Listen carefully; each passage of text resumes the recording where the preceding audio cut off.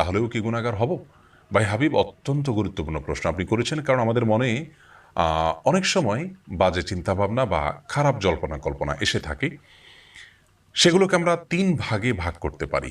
কিছু খারাপ চিন্তা বা জল্পনা কল্পনার কারণে আমাদের কোনো গুনাহ হবে না।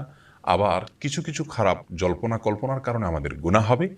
আবার কিছু, কিছু খারাপ চিন্তাটা খারাপ অথচ সেটার কারণে আমাদের গুনাহ তো হবেই না, বরং উল্টো একটি সওয়াব বা বিনিময় আল্লাহর পক্ষ থেকে আমরা লাভ করব। প্রথমত, যেই খারাপ চিন্তাভাবনা বা জল্পনা কল্পনার কারণে আমাদের কোনো গুনাহ হবে না, সেটা হলো আমাদের অনিচ্ছা সত্ত্বেও যদি মনের ভিতরে কোনো বাজে চিন্তা চলে আসে, আল্লাহ সম্পর্কে বাজে চিন্তা চলে আসলো বা অন্য কোনো খারাপ চিন্তা চলে আসলো, কিন্তু আমি ইচ্ছাকৃত আনিনি, হঠাৎই আমার মনে সেটি চলে এসছে, মাথায় চলে আসছে, সঙ্গে সঙ্গে আমি যদি সেই চিন্তা থেকে নিজেকে সরাবার চেষ্টা করি, অন্য দিকে আমি মগ্ন হওয়ার চেষ্টা করি, তাহলে ইনশাআল্লাহ এর কারণে কোনো গুনাহ হবে